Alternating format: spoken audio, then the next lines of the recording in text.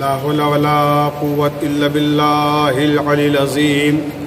أعوذ بالله من الشيطان اللعين الرجيم. بسم الله الرحمن الرحيم. أما بعد قال الله تبارك وتعالى في كتابه المبين. بسم الله الرحمن الرحيم. يا أيها النبي جاهد الكفار والمنافقين. صلوات پڑھ دیں محمد والے. واجب الاحترام سامعین اکرام، محبان اہل بیت علیہم السلام، سب سے پہلے تو میں آپ سبھی حضرات کو، اپنے تمام سننے والوں کو جہاں جہاں تک میری آواز پہنچ رہی ہے، عید اعظم، عید اکبر یعنی عید غدیر کی مبارکباد پیش کرتا ہوں. یہ وہ عید ہے جسے اللہ کے نبی حضرت محمد مصطفیٰ صلی اللہ علیہ وسلم نے عید اکبر اور عید اعظم قرار دیا ہے. اور میں نے اس موقع پر جس آیہ مبارکہ کی تلاوت کا شرف حاصل کیا ہے، اس آیہ مبارکہ میں پروردگار عالم ارشاد فرما رہا ہے کہ یا ایھا النبی جاہد الکفار والمنافقین، اے میرے حبیب جہاد کیجئے کافروں کے ساتھ اور منافقین کے ساتھ. لیکن عزیزان محترم، پیغمبر اسلام کی 63 سالہ زندگی میں جب آپ دیکھیں گے کہ جتنی بھی جنگیں ہوئی ہیں، تقریباً 82 غزوات ہیں، 82 جنگیں ہیں، ان میں سے ایک جنگ بھی ایسی نہیں ہے جو پیغمبر اسلام نے منافقین کے ساتھ لڑی ہو. جبکہ آیت نے کیا کہا کہ یا ایھا النبی جاہد الکفار والمنافقین، اے میرے حبیب جہاد کیجئے کافروں کے ساتھ اور منافقین کے ساتھ. لیکن پیغمبر اسلام نے 63 سال تک جو جنگیں کی وہ ساری جنگیں کافروں سے ہوئیں.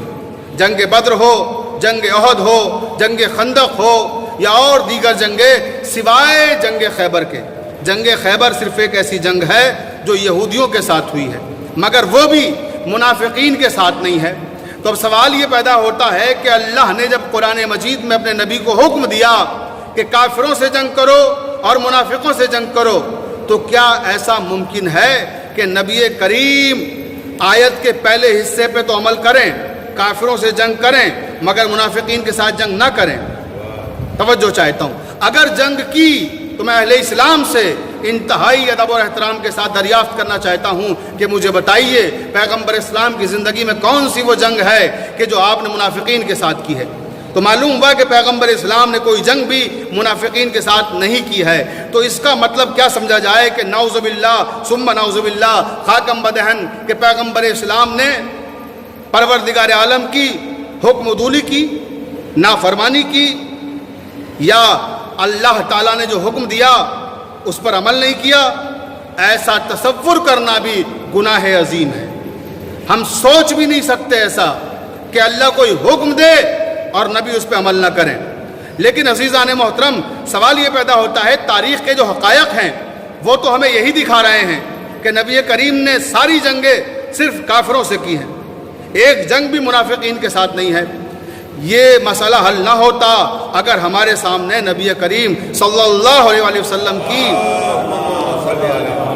ایک معروف ترین حدیث نہ آتی جس میں آپ نے ارشاد فرمایا قال رسول اللہ صلی اللہ علیہ وسلم،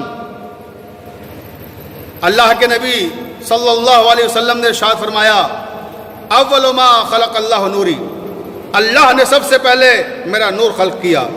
انا ولی من نور واحد، میں اور علی ایک ہی نور ہیں. اب بات واضح ہو گئی عزیزان محترم. جب اللہ کے نبی نے یہ کہا کہ کائنات میں جب کچھ بھی نہیں تھا تو اللہ نے میرے نور کو خلق کیا، نہ یہ زمین تھی، نہ آسمان، نہ چاند و تارے، مگر نبی تھے. تو جب نبی تھے، نبی نے کہا کہ میں تنہا نہیں تھا، علی بھی تھے، میں اور علی ایک ہی نور ہیں. اب عزیزان محترم، جب نبی نے یہ کہہ دیا کہ میں اور علی ایک ہی نور ہیں تو مسئلہ واضح ہو گیا.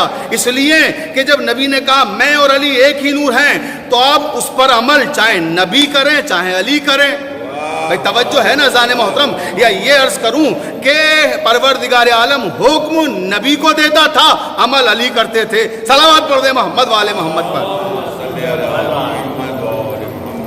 بھائی جنگیں جتنی بھی ہوئی ہیں وہ جو کافروں سے ہوئی ہیں، ان جنگوں میں بھی تو تلوار میرے علی ہی کی چلی ہے۔ کیا کسی ایک جنگ میں بھی اللہ کے نبی نے تلوار چلائی؟ نہیں چلائی، نہ چلا سکتے تھے۔ کیوں؟ کیونکہ پروردگار نے وما ارسلناک الا رحمۃ للعالمین کہہ کے ان کے ہاتھوں میں رحمت کی زنجیریں ڈال دی تھی۔ اب تلوار چلے گی تو صرف علی ابن ابی طالب کی چلے گی۔ اور عزیزان محترم، کافروں سے بھی جنگیں کی تو علی نے کی، منافقوں سے بھی جنگیں کی تو علی نے کی۔ اب میرے نبی کریم حضرت محمد مصطفیٰ صلی اللہ علیہ وسلم نے ارشاد فرمایا کہ اے علی، آپ نے ساری زندگی کافروں سے جنگیں کی، آپ نے ساری زندگی منافقوں سے جنگیں کی ہیں، تو اب میرے نبی کریم کہتے ہیں کہ خوبصورت سا تحفہ اس دنیا میں میں آپ کو دے رہا ہوں، اجر تو پروردگار دے گا آپ کو۔ اور اس کے بعد فرمایا یا علی حبک تقوی والایمان و بغضک کفر و نفاق، اے علی تمہاری محبت ایمان ہے اور تقوی ہے، اے علی تمہارا بغض کفر ہے اور نفاق ہے۔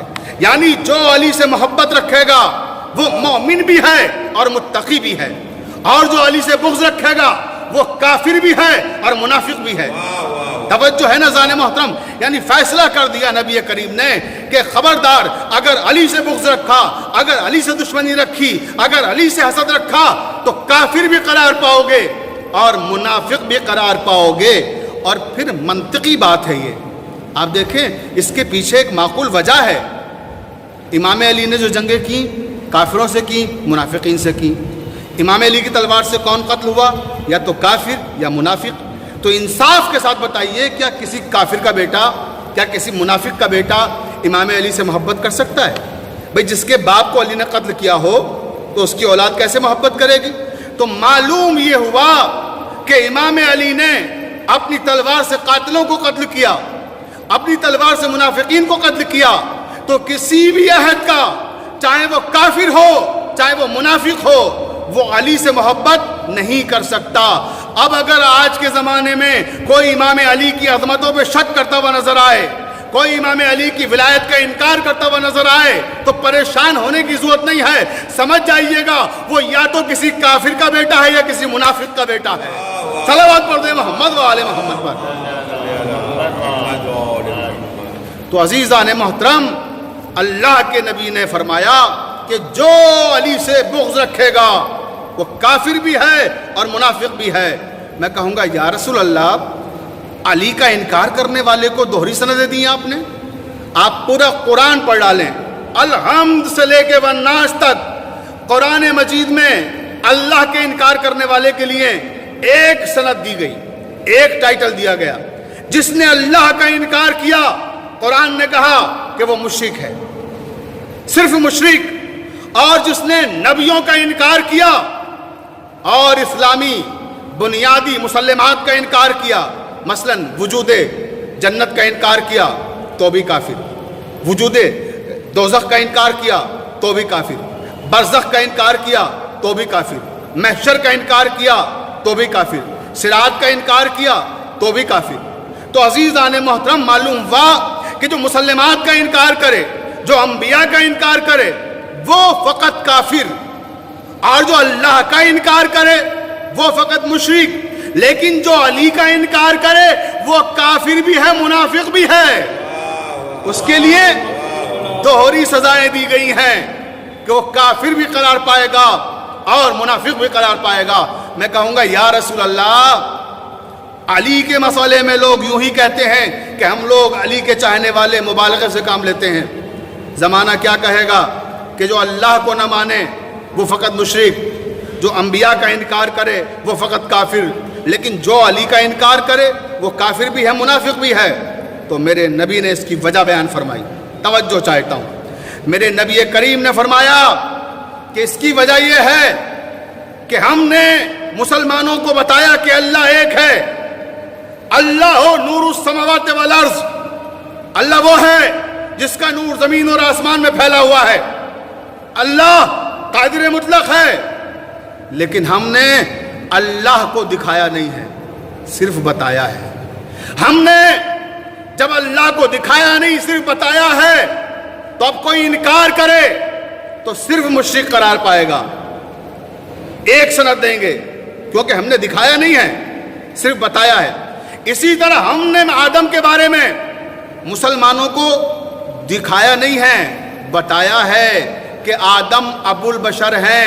پروردگار نے آدم کو خلافت عطا کی, پروردگار نے آدم کو روئے زمین پر بھیجا, اور جب روئے زمین پر آئے تو ساری کائنات جو وجود میں آئی وہ آدم کی وجہ سے وجود میں آئی. تو پروردگار نے بتایا کہ آدم خلیفہ برحق ہے, آدم نبوت کے عہدے پر فائز ہیں. لیکن اللہ کے نبی حضرت محمد مصطفیٰ صلی اللہ علیہ وسلم کہتے ہیں کہ ہم نے مسلمانوں کو آدم کو جنت سے نکلتے ہوئے دکھایا نہیں, دنیا آباد کرتے دکھایا نہیں, خالی بتایا ہے. لہٰذا تقاضا عقل یہ ہے کہ سزا بھی ایک دی جائے کہ جو انکار کرے گا وہ کافر قرار پائے گا. یا ہم نے نوح کے بارے میں انہیں بتایا کہ ایک نبی ایسے تھے کہ انہی نے امت کی بڑی خدمت کی, امت نے بدلے میں الزامات, تہمتیں, ناروا تکالیف اور اذیتیں پہنچائیں. تو نبی کا پیمانہ صبر لبریز ہو گیا, اور جب پیمانہ صبر لبریز ہوا تو پھر بد دعا کی, طوفان آیا, جو کشتی میں آ گئے نجات پا گئے, جو کشتی میں نہیں آئے حتیٰ کہ بیٹا بھی ہوا تو ڈوب کے مر گیا.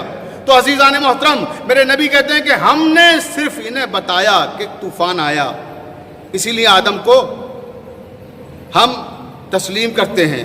کیوں؟ کیونکہ آدم کو ہمارے نبی نے بتایا ہے. اسی لیے ہم نوح کو تسلیم کرتے ہیں کیونکہ نبی نے بتایا ہے نوح کے بارے میں. تو میرے نبی کہتے ہیں کہ میں نوح کے بارے میں بتا رہا تھا, نوح آدم ثانی قرار پائے تو میں نے کشتی کو بناتے ہوئے دکھایا نہیں ہے, طوفان کو آتے ہوئے دکھایا نہیں ہے, نجات پاتے ہوئے لوگوں کو دکھایا نہیں, صرف بتایا ہے. لہٰذا اب جو انکار کرے گا وہ صرف کافر ہے. اسی طرح سے عیسیٰ کو پروردگار نے معجزہ دیا, ٹھوکر مار دیں تو مردہ زندہ ہو جائے. میں نے لوگوں کو بتایا. نوح آدم ثانی قرار پائے تو میں نے کشتی کو بناتے ہوئے دکھایا نہیں ہے, طوفان کو آتے ہوئے دکھایا نہیں ہے, نجات پاتے ہوئے لوگوں کو دکھایا نہیں, صرف بتایا ہے. لہٰذا اب جو انکار کرے گا وہ صرف کافر ہے. اسی طرح سے عیسیٰ کو پروردگار نے معجزہ دیا, ٹھوکر مار دیں تو مردہ زندہ ہو جائے. میں نے لوگوں کو بتایا. نوح آدم ثانی قرار پائے تو میں نے کشتی کو بناتے ہوئے دکھایا نہیں ہے, طوفان کو آتے ہوئے دکھایا نہیں ہے, نجات پاتے ہوئے لوگوں کو دکھایا نہیں, صرف بتایا ہے. لہٰذا اب جو انکار کرے گا وہ صرف کافر ہے. اسی طرح سے عیسیٰ کو پروردگار نے معجزہ دیا, ٹھوکر مار دیں تو مردہ زندہ ہو جائے. میں نے لوگوں کو بتایا. اب جو انکار کرے گا وہ کافر قرار پائے گا. میں نے انہیں بتایا موسیٰ کے بارے میں کہ موسیٰ نے دریائے نیل پر 3 لاکھ لوگوں کے ساتھ سفر کیا. میں نے دریائے نیل کے سینے پر موسیٰ کو سفر کرتے ہوئے دکھایا نہیں ہے, صرف بتایا ہے. لہٰذا کوئی انکار کرے گا تو کافر قرار پائے گا. تو اب عزیزان محترم, میرے نبی کہتے ہیں جنت کے بارے میں نے بتایا ہے, دکھایا نہیں ہے. دوزخ کے بارے میں بتایا ہے, دکھایا نہیں ہے. سلسبیل کے بارے میں بتایا ہے, دکھایا نہیں ہے. تسلیم کے بارے میں بتایا ہے, دکھایا نہیں ہے. جبرائیل کے بارے میں بتایا ہے, دکھایا نہیں ہے. اسرافیل کے بارے میں بتایا ہے, دکھایا نہیں ہے. لہٰذا جن جن چیزوں کے بارے میں بتایا ہے, دکھایا نہیں ہے, تو سزا بھی ایک دی جائے گی. مگر علی کا معاملہ ایسا نہیں ہے کہ ہم نے علی کے بارے میں صرف بتایا ہو, ہم نے میدان غدیر میں ہاتھوں پہ اٹھا کر دکھایا بھی ہے. من کنتو مولا ہو فہذا علی مولا, جس کا میں مولا ہوں اس کا علی مولا ہے. لہٰذا ہم نے بتایا بھی ہے, ہم نے دکھایا بھی ہے. اب جو انکار کرے گا تو سزائیں بھی دوہری دیں گے, کافر بھی قرار پائے گا, منافق بھی قرار پائے گا. صلوات پڑھ دیں محمد و آل محمد پر. تو عزیزان محترم, باب دامن وقت میں گنجائش نہیں ہے, گفتگو کو تمام کر رہا ہوں اسی کے ساتھ کہ امام علی کے معاملے میں تھیوری بھی ہے اور پریکٹیکل بھی ہے. کہ اللہ کے نبی نے زبانی بھی بتایا اور عملی طور پہ ہاتھوں پہ اٹھا کر بھی دکھایا کہ دیکھو یہ علی تمہارے مولا ہیں. کب بتایا؟ جب اللہ نے حکم دیا, یا ایھا الرسول بلغ ما انزل الیک من ربک وان لم تفعل فما بلغت رسالتہ واللہ یعصمک من الناس. جب حکم آیا تو اللہ کے نبی نے اعلان کر دیا, اور جب اعلان کیا تو پھر آیت آئی, الیوم اکملت لکم دینکم واتممت علیکم نعمتی ورضیت لکم الاسلام دینا. پھر اللہ کے نبی نے لوگوں کو بتا دیا کہ دیکھو نعمتیں آج کے دن تمام ہو گئی اور دین مکمل ہو گیا اور اللہ دین سے راضی ہو گیا۔ لہٰذا اب سمجھ لینا چاہیے زمانے کو کہ اگر نعمتوں والا راستہ منتخب کرنا ہے تو امام علی والا راستہ نعمتوں کا راستہ ہے۔ دین کی تکمیل جہاں ہوئی تو وہ راستہ ولایت علی کا راستہ ہے، اور اللہ جن لوگوں سے راضی ہوتا ہے وہ راستہ بھی علی والا راستہ ہے، وہ راستہ بھی مولائے کائنات والا راستہ ہے۔ اب یوں جس کو جی چاہے آپ کا رضی اللہ رضی اللہ رضی اللہ کہتے رہیے، مگر اللہ تب تک راضی نہیں ہوگا جب تک آپ اعلان غدیر کا اقرار نہ کر لیں، ولایت علی کو دل میں نہ بسا لیں اور علی کو اپنا امام اول نہ مان لیں۔ جس نے ان کا انکار کیا تو گویا اس نے نبی کی نبوت کا انکار کیا، جس نے نبی کی نبوت کا انکار کیا تو گویا اس نے توحید کا انکار کیا۔ بس گفتگو ختم کر رہا ہوں مولا کائنات کے ایک جملے پر۔